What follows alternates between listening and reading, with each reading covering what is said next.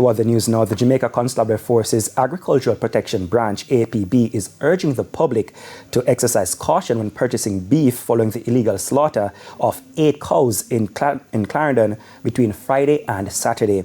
According to the APB, a farmer discovered on Saturday that 8 of his cattle had been stolen. The animals were later found slaughtered near PJ Patterson Highway in the vicinity of St. Jago Road and Duke Street in the parish.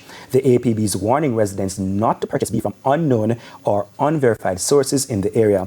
Now, the authorities say meat from illegally slaughtered animals could pose a serious public health risk and should be considered unsafe. Persons are therefore urged to report any suspicious sales of beef or other meats, particularly those being sold at very cheap prices.